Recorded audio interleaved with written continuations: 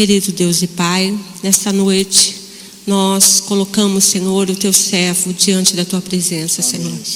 Que não seja ele falar, Senhor, mas que o teu Espírito vá e fale através dele, ó Pai. Que o Senhor venha preparar os nossos corações para receber a tua doce palavra. Amém. E que o Senhor venha, Senhor, através dela, nos restaurar, nos renovar, nos edificar, Pai. E que a fonte, Senhor, pela qual nós cantamos nesta noite, Senhor, venha saciar a nossa sede interior. É o que eu te peço nesta noite, Senhor. Usa o teu servo, Senhor, como instrumento da tua vontade. É o que eu te peço e te agradeço. Em nome de Jesus. Amém.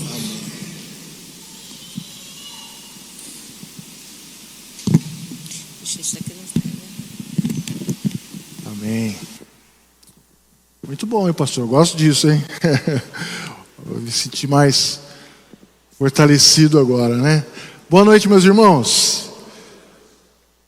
Que a graça e a paz de Jesus seja com todos. Vocês estão bem? Amém? A palavra que eu gostaria de trazer nesta noite para os irmãos, para edificação. Aliás, é uma palavra que eu acho que vai servir como preventiva, porque Deus tem nos dado a graça de sermos uma igreja acolhedora e que nós possamos continuar sendo uma igreja acolhedora, uma igreja que abraça, uma igreja que realmente ama, uma igreja que discipula e vê pessoas sendo transformadas a cada dia. Amém? Então, este é o tema, uma igreja que acolhe nos passos e no poder de Jesus. Amém? Vamos ler então o texto bíblico que está em Marcos, no capítulo 2 de Marcos, versos 1 a 12. Que diz assim: poucos dias depois, tendo Jesus entrado novamente em Cafarnaum, o povo ouviu falar que ele estava em casa. Então, muita gente se reuniu ali, de forma que não havia lugar nem junto à porta. E ele lhes pregava a palavra. Vieram alguns homens trazendo um paralítico, carregado por 4 deles. Não podendo levá-lo até Jesus, por causa da multidão, removeram parte da cobertura do lugar onde Jesus estava. Através de uma abertura no teto, baixaram a maca em que estava deitado o paralítico. Vendo a fé que eles tinham, Jesus disse ao paralítico: filho, os teus pecados estão perdoados. Estavam sentados ali alguns mestres da lei, raciocinando em seu íntimo: por que esse homem fala assim? Está blasfemando. Quem pode perdoar pecados, a não ser somente Deus? Jesus percebeu logo em seu espírito que era isso que eles estavam pensando e lhes disse: por que vocês estão remoendo essas coisas em seus corações? Opa, eu estou esquecendo de mudar aqui, né? O Felipe está ligado aí, né, Felipe? Versículo 9. Que é mais fácil dizer ao paralítico: os seus pecados estão perdoados, ou levante-se, pegue a sua maca e ande? Mas para que vocês saibam que o Filho do Homem tem na terra autoridade para perdoar pecados, disse ao paralítico: eu lhe digo, levanta-te, toma a tua maca, pega a sua maca e vá para casa. Aí no versículo 12, ele se levantou, pegou a maca e saiu à vista de todos.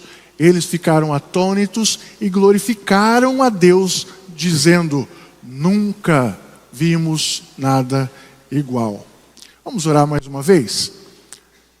Nosso Pai, temos visto grandes coisas sendo feitas pelas tuas mãos, pelo teu poder, porque o Senhor está neste lugar, está falando através já de cânticos, de canções.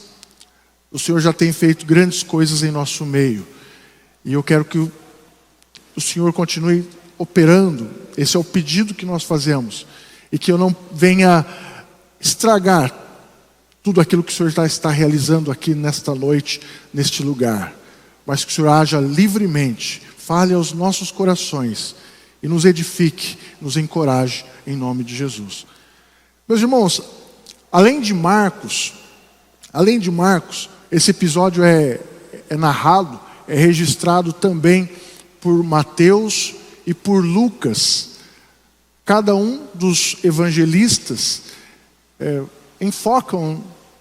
dão uma ênfase maior naquilo que mais interessa para os seus leitores. Por exemplo, o Mateus, ele não menciona muitos detalhes sobre os amigos do paralítico, nem menciona que eram 4. Ele não fala muitos detalhes sobre o telhado. Ele não menciona o paralítico sendo alguém destelhando, os amigos ali destelhando a casa onde Jesus estava. Ele não dá muitos detalhes, porque o foco de Mateus é falar da divindade de Jesus para os seus leitores judeus. Então ele foca no milagre, ele foca principalmente no poder que Jesus tem de perdoar pecados.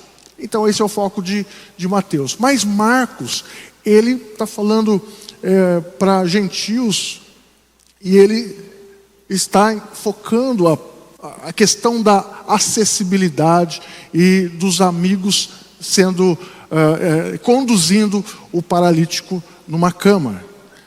Então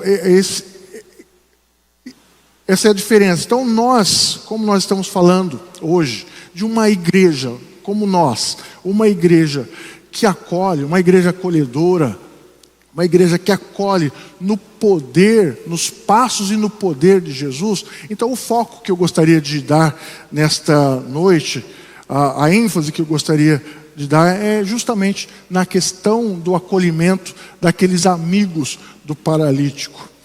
Ou melhor ainda, né? Como é que nós como igreja podemos acolher? Essa é a indagação que nós começamos a fazer. Como eu e você, como povo de Deus, como igreja de Jesus, podemos acolher pessoas, ou melhor ainda, como é que nós podemos levar pessoas até Cristo Jesus? Como é que nós podemos levar? Como é que podemos fazer isto? Como é que podemos facilitar o acesso? Joel, obrigado, viu? Obrigado, querido. Como é que nós podemos facilitar o acesso até Jesus?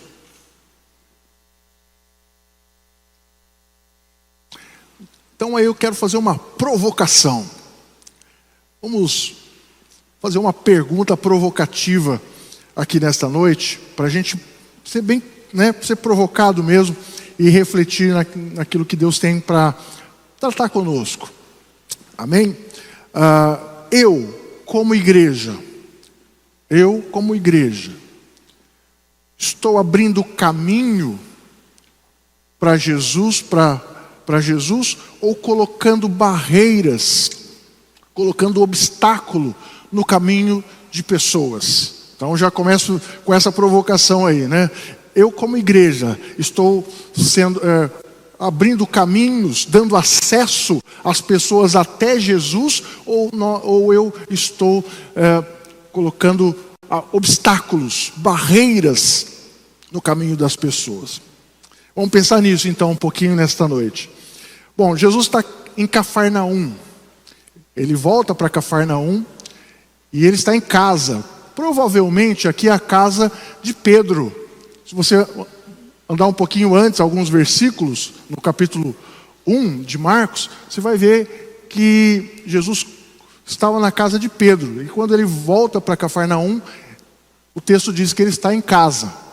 Provavelmente é a casa de Pedro. Então quando Marcos menciona as multidões, ele está se referindo à popularidade de Jesus, a proporção da popularidade que ganhou Jesus. Então quando o texto diz que quando o povo ouviu falar que Jesus estava em casa, afluiu ali uma grande multidão, um polvaréu na frente da casa, impedindo o acesso à casa. E é justamente também, ao mesmo tempo que ele vê as multidões como uma referência da popularidade de Jesus, ele também vê que as multidões era uma forma de impedir o acesso até Jesus. Ele vê que as multidões também, ele enxerga as multidões como um obstáculo para se chegar até Jesus. E ao longo se vocês analisarem, ao longo do Evangelho de Marcos, você vai ver justamente Marcos falando de multidões, sempre impedindo o acesso a Jesus, sempre dificultando alguém de chegar até Jesus. Então fazer parte da multidão não é o mesmo que fazer parte dos discípulos, não é o mesmo que ser um discípulo. Então tinha a multidão uma certa camada, um certo nível de relacionamento com Jesus. Agora o discípulo tem um outro nível de relacionamento com Cristo. E aí a nossa outra provocação: nós somos parte da multidão ou somos parte dos discípulos de Jesus? Somos multidão, porque a multidão senta e observa, ou fica ali estática e observando, analisando, e os discípulos agem, os discípulos atuam, os discípulos dão acesso, os discípulos fazem alguma coisa para que o Senhor Jesus possa fazer uma obra na vida das pessoas e as pessoas sejam curadas, tanto das suas enfermidades físicas, como também das suas enfermidades espirituais, emocionais, que tanto o mundo carece. Olha, a gente olha ao nosso redor, a gente vê tanta gente carecendo da graça de Jesus, do amor de Deus. É ou não é? Você conhece seu vizinho, você conhece as pessoas com quem você trabalha, na sua escola, na sua faculdade. Olha quantas pessoas estão carecendo da graça, do amor de Jesus, da salvação em Cristo Jesus, não é? A gente conhece pessoas que estão com seus casamentos destruídos, sua família destruída, pessoas enfiadas nas drogas, no álcool, nos vícios. A gente vê tanta gente aí com tantos problemas, carecendo, que nós possamos ser discípulos de Jesus, e não parte da grande multidão. Amém, queridos? Porque a multidão fica ali só observando, e os discípulos, eles agem. Aqui cabe então a nossa primeira lição: a multidão só observa, e os discípulos agem. A multidão dificulta o acesso a Jesus, os discípulos dão acesso a Jesus. Amém? Quem está comigo? Amém? Então eu gostaria agora de ressaltar 3 pontos aqui nesse texto que pode nos ajudar a continuar a sendo uma igreja que acolhe no poder e nos passos de Jesus. 3 pontos podem me ajudar e ajudar você a ser uma igreja acolhedora. Primeiro ponto: a igreja que acolhe é instrumento de acessibilidade. A igreja que acolhe, que abraça pessoas, que envolve pessoas, é um instrumento de acessibilidade. Olha o texto que diz no versículo 3: vieram alguns homens trazendo-lhe um paralítico, carregado por 4 deles. O texto então nos informa que um paralítico está sendo carregado por 4 dos seus amigos. Está sendo carregado. Então isso mostra para nós que uma igreja que acolhe no poder de Jesus é uma igreja que não fica somente observando. Não é um povo que fica só na plateia. Esta igreja não foi chamada para ser um grupo de espectadores. Mas essa igreja, a igreja de Jesus, é um povo que está em ação, é um povo que está em movimento, é um povo que está, que procura fazer e obedecer a vontade de Deus, e a sua vontade é que muitos e muitas pessoas possam conhecê-lo, né? Porque a vida eterna é essa é a vida eterna, que conheçam a Jesus, que possam ser transformados pelo poder de Jesus, que nós possamos ser agentes de Deus para a transformação dessa sociedade, para a transformação, a começar na nossa família, na nossa casa, que possamos ser os agentes do Senhor para isso. Então, primeiro ponto é: a igreja que acolhe é um instrumento de acessibilidade. A igreja tem que ter essa sensibilidade. Cada membro, eu e você, temos que ter a sensibilidade de perceber à nossa volta as necessidades das pessoas. As necessidades das pessoas. O pastor Rubem tem falado, né? Peço perdão a muitos dos irmãos que têm alguma limitação física, porque nós não adaptamos ainda o templo, as dependências do templo, né? E isso é importante, a gente perceber as necessidades das pessoas à nossa volta. Então nesse mês nós estamos sendo desafiados para isso, perceber a necessidade das pessoas à nossa volta, ao nosso redor. E da mesma forma que aqueles amigos do paralítico, eu e você como igreja, nós precisamos nos tornar instrumentos de acessibilidade. Mas a nossa missão, agora preste atenção no que eu vou dizer com muito carinho, a nossa missão significa muito mais do que carregar um homem numa maca.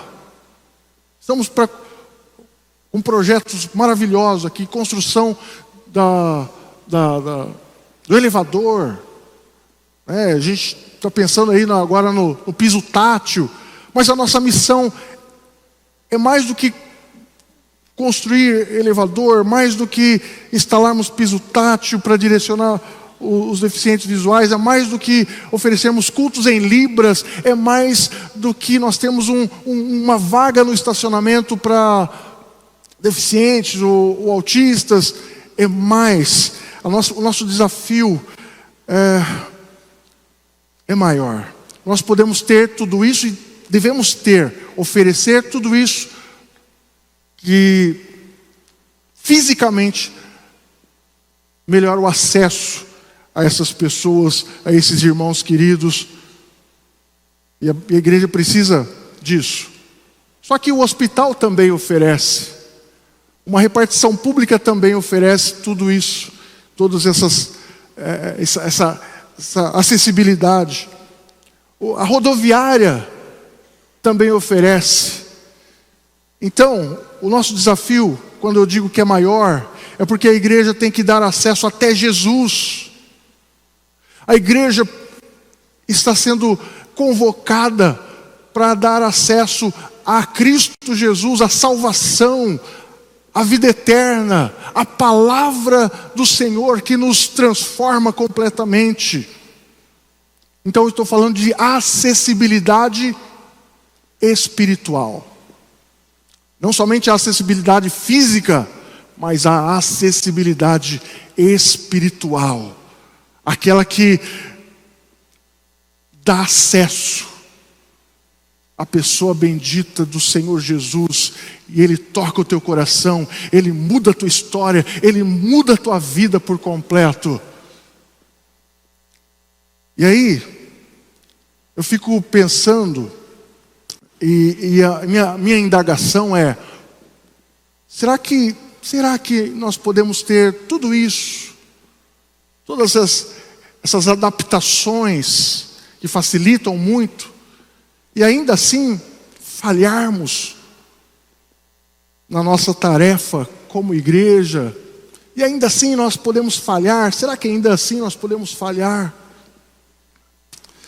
Será que existe essa possibilidade de ainda assim, com a nossa religiosidade, não sei, nossa arrogância, nossa prepotência, nosso orgulho, ainda assim falharmos, ainda assim nos tornarmos barreiras para as pessoas? No irmãos.com tem essa informação interessante que eu gostaria de passar para vocês. Como eu disse, hoje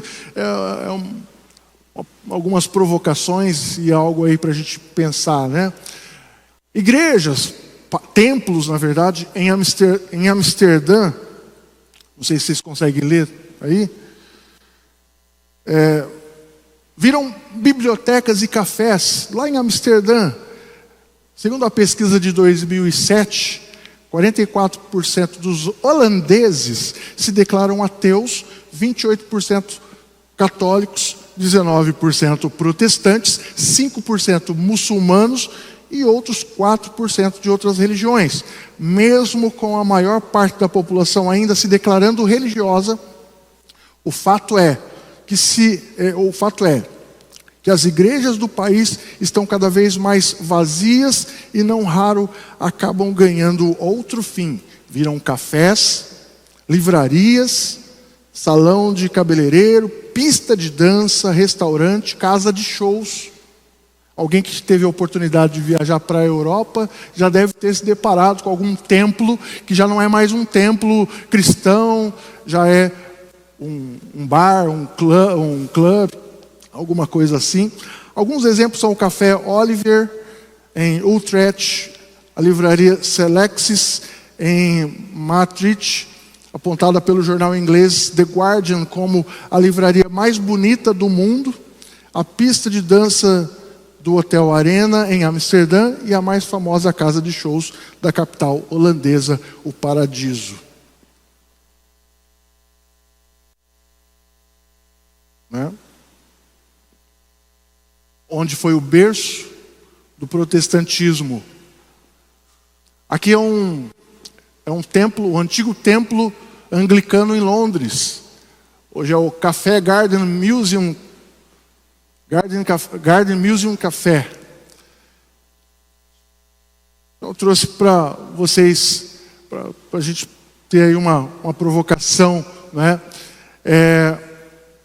O que nós estamos fazendo? A nossa pergunta é: o que nós estamos fazendo para dar acesso às pessoas para irem até Cristo e receberem a salvação em Cristo Jesus? Qual é a nossa parte como igreja para dar acesso às pessoas até Jesus? Aqueles 4 amigos se tornaram instrumentos de acessibilidade. Instrumentos de acessibilidade até Jesus. A Bíblia podia dizer que eram quatro vizinhos, 4 colegas de trabalho, ou até mesmo 4 parentes. Mas a Bíblia diz que eram 4 amigos. Não é à toa que a Bíblia, a palavra de Deus, o evangelista Marcos diz que eram 4 amigos. O pastor Hernandes, no seu livro Uma Igreja Acolhedora, ele diz: estatisticamente também se provou que se uma pessoa não consegue fazer amizade em uma igreja, ela acaba saindo em busca de comunhão.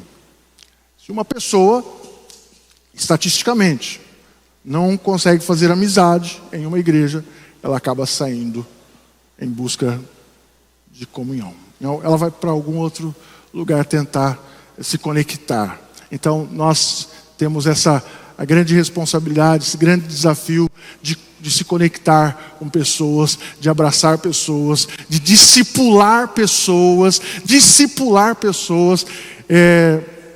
Estava lendo um livro do pastor Jonas Madureira, O Custo do Discipulado. Há um custo. Se a igreja não estiver disposta a pagar o preço, talvez dias de folga, ou descanso, ou investimento de alguma forma, nós não estamos então fazendo discípulos. E fazer discípulos é fazer amigos, amigos para Deus. Foi o tema de um sermão que uma certa vez eu ouvi. Isso impactou a minha vida. E o título do sermão era Fazendo Amigos para Deus. Fazendo amigos para Deus.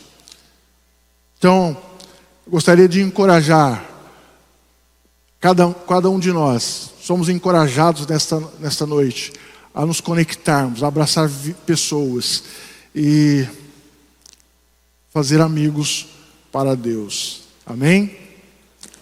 Fazer amigos para Deus. Então, meu irmão, minha irmã, que eu e você sejamos instrumentos de Deus, instrumentos de acessibilidade, para levar os nossos amigos à presença transformadora do Senhor Jesus Cristo. Amém?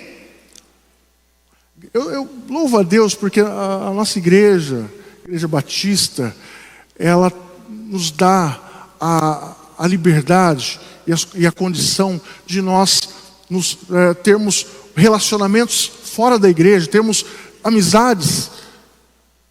Algumas igrejas acabam cercando de uma certa forma, fazendo com que a pessoa seja excluída da sociedade. Aí ela envolve a pessoa em todas as atividades possíveis para que a pessoa não tenha nem... Aí ela perde suas amizades, até a família ela perde, porque a igreja está sufocando as pessoas a ponto de elas não terem vida social, vida lá fora. E eu louvo a Deus porque nós temos condições, nós temos a oportunidade, nós temos a liberdade de ter amizades. E nós, como igreja, temos o desafio de conduzir esses amigos até a presença salvadora de Jesus Cristo. Amém? Temos essa oportunidade. Você pode ir lá na sua faculdade, no seu trabalho, aonde você for, na sua vizinhança, organizar sei lá, um chá, um café, alguma coisa, e falar do amor de Deus e dar acesso a essas pessoas até Jesus, a serem apresentadas para Jesus. Amém, queridos? Então pense nisso, ó. Conecte-se com pessoas. E o segundo ponto é a igreja que acolhe, põe a fé em ação. Olha o versículo 5, a parte A do versículo 5. Vendo a fé que eles tinham. Vendo a fé que eles tinham. Jesus viu a fé que eles tinham. Meus irmãos, nós bem sabemos que Jesus enxerga, Jesus vê além das aparências. Ele vê a nossa intenção, Ele vê o nosso coração, Ele vê a intenção do teu coração. E esse olhar de Jesus, inclui aqui, no nosso caso, nesse texto, os amigos do paralítico e também o próprio paralítico que permitiu ser carregado. Então Jesus olhou e falou, Jesus viu a fé deles. E esta fé era traduzida em atitudes, em ação. Já pensou se aqueles homens dissessem assim, está complicado ir lá, hein? Tem um povaréu lá. Não vai dar não, hoje não vai dar não. Quem sabe algum dia a gente consegue ir até falar com Jesus, ir lá, quem sabe? Mas eu estou orando por você, hein? Eu estou orando por você. Deus te abençoe, vai com Deus. Às vezes a gente é bom, né? Às vezes nós somos bons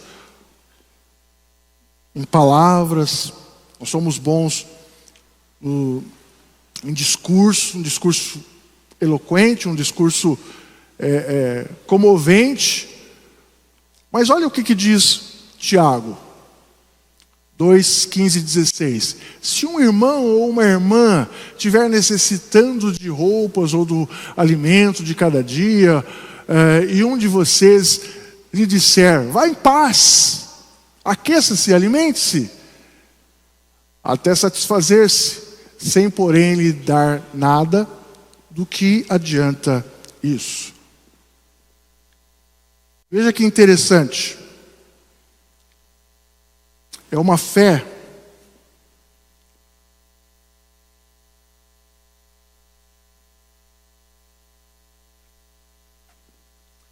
que não se contenta. É uma fé que não se contenta em só desejar o bem. É uma fé que não se contenta em apenas desejar o bem.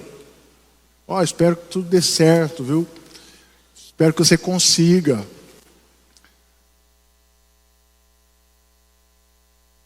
Não se contenta em apenas desejar o bem, mas é uma fé que age em favor de alguém.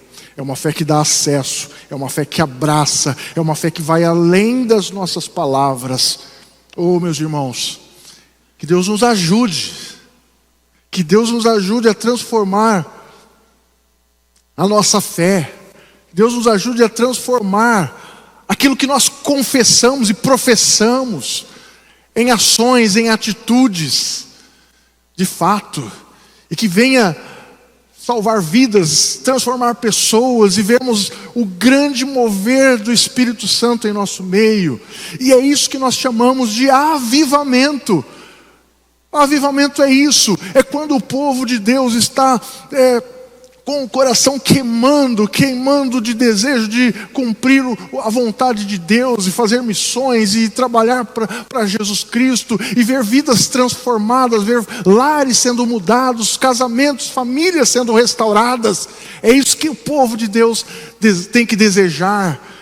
Isso tem que arder o nosso coração. Amém, meus irmãos? Isso tem que arder o teu coração. Ver a tua vizinhança, ver o seu vizinho sendo transformado pelo poder do Evangelho de Jesus Cristo, e que você seja este instrumento de acessibilidade até a presença de Jesus Cristo. Amém? Aleluia! A igreja que acolhe é uma igreja que põe a fé em ação. Não fica estagnada, estática, parada. É uma igreja que põe a fé em ação. Você faz parte desta igreja, amém? Nós fazemos parte desta igreja.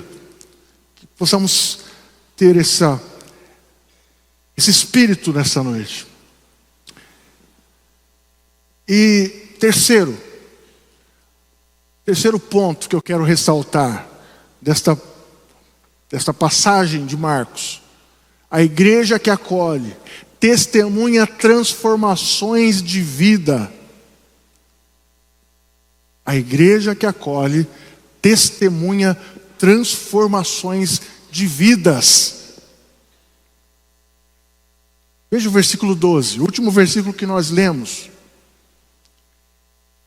Ele se levantou, pegou a maca e saiu à vista de todos. Estes ficaram atônitos e glorificaram a Deus, dizendo: nunca vimos nada igual. Nunca vimos nada igual. A igreja que acolhe testemunha transformações de vida. Essa frase é atribuída ao Max Lucado. Em algum dos seus livros ele escreveu: Deus o ama tal como você é, mas se recusa a deixá-lo assim. Deus o ama do jeito que você é. Ele te recebe. Talvez não aceita, mas Ele te recebe do jeito que você é. Mas Ele se recusa a te deixar desse jeito. A igreja que acolhe testemunha transformações de vidas. A igreja que acolhe vê pessoas sendo mudadas, sendo transformadas. Louvado seja o nome do Senhor. Meus irmãos, vejam que a intenção daqueles 4 amigos, a intenção inicial daqueles 4 amigos, ao levar o paralítico até a presença de Jesus, estelhando, já pensou o trabalhão que deu, né? Tá certo que tinha as casas tinham tipo uma escada lateral que eles colocaram, eles subiram o paralítico e a telha não é como a nossa telha, mas era alguma coisa assim que eles foram cavando até que abriu um espaço, um buraco, e dali eles desceram a maca onde estava o paralítico. Já pensou? Nós estamos aqui agora, e de repente começa um buraco aqui, e alguém desce pelo telhado, um paralítico numa maca, numa cama, desce. E a gente está aqui agora, nesse momento. Imagina a cena. Foi algo muito ousado, não é? E a intenção inicial daqueles amigos, ao ter todo aquele trabalho, em conduzir o paralítico até a presença de Jesus, era que o paralítico fosse curado. Essa é a intenção inicial. Amém? Mas o paralítico não sai apenas curado de uma enfermidade física. Ele também sai, ele não sai apenas andando, carregando debaixo do braço a maca, mas ele sai perdoado dos seus pecados. Amém? Ele sai perdoado dos seus pecados. Ele sai, podemos dizer que ali no início de uma transformação que começa com o perdão dos seus pecados. E agora Deus começa uma obra na vida daquele homem, daquele paralítico. Então, inicialmente nós viemos com um objetivo. Eu e você viemos aqui com um objetivo. Mas Deus faz mais do que aquilo pelo qual nós viemos. Deus faz mais do que aquilo pelo qual você veio. De repente você veio com um problema familiar, um problema financeiro, seja o que for, mas de repente Deus, além de fazer aquilo que você pede, busca, talvez não também, mas Ele faz algo muito maior do que isso. Vocês entendem como é maravilhoso ter o acesso ao Senhor Jesus Cristo? Ele faz mais do que isso, né? Ele cura o calo do pé, mas Ele salva você, sua família, transforma você num servo de Deus, num missionário, num evangelista, num diácono, transforma você em alguém que vai fazer a grande obra do Senhor. Você veio com um objetivo, o objetivo inicial era aquele, mas Deus fez muito mais, Jesus fez mais. Ele perdoou os seus pecados. Eu achei interessante o que a irmã Aparecida hoje de manhã disse. Lembra que ela disse que o cego também peca, o deficiente também peca, também são pecadores, e que precisam e carecem da graça de Jesus Cristo para serem salvos. Precisamos dar acesso, mais do que o acesso físico, que também é importante, mas o acesso ao coração de Deus, para que Deus possa fazer uma grande obra, Jesus possa fazer uma grande obra. Deus o ama tal como você é, mas se recusa a deixá-lo como está, deixá-lo assim. A igreja que acolhe testemunha a transformação de vidas. Meus irmãos, existe um equívoco e às vezes é até uma certa preocupação nossa, conversando com o pastor, sobre alguns termos, algumas nomenclaturas. Quando nós falamos sobre inclusão, há uma preocupação de haver uma confusão, porque a inclusão, de acordo com os padrões sociais, não visam nenhuma mudança, nenhuma transformação. Venha do jeito que você está, mas não tem nenhuma preocupação com mudança, com transformação, com nada. Mas a inclusão, de acordo com a palavra de Deus, ela muda, produz transformação na vida das pessoas. Ela produz mudança na vida das pessoas, né? Lembra que eu falei há alguns dias atrás? Quem te viu e quem te vê? Pois é, que as pessoas possam falar isso de nós. Quem te viu e quem te vê. Isso é testemunhar a mudança e a transformação nas nossas vidas. Amém? Então, para encerrar, quando nós estamos focados em levar pessoas a Cristo, dar acesso às pessoas a Cristo, nós vamos ver Deus agindo de forma sobrenatural na vida das pessoas. Vamos ver Deus operando de forma espetacular na vida das pessoas. Porque nós acreditamos piamente que se o Filho libertar, verdadeiramente essas pessoas serão livres, serão libertas. Em nome de Jesus. Se o Filho, nós estávamos falando no sábado, não é? O filho é aquele que tem autoridade na casa de declarar qualquer escravo a sua libertação. Então, se o Filho vos libertar, se o Filho nos liberta, se o Filho liberta a pessoa, verdadeiramente ela será livre. Então, qual é o resultado de nós sermos uma igreja que é um instrumento de acessibilidade? A glória, primeiramente, a glória de Deus. A glória de Deus. O que diz lá? Se levantou, pegou a marca, saiu à vista de todos, eles ficaram atônitos e glorificaram a Deus. Deram glória a Deus, dizendo: nunca vimos nada igual.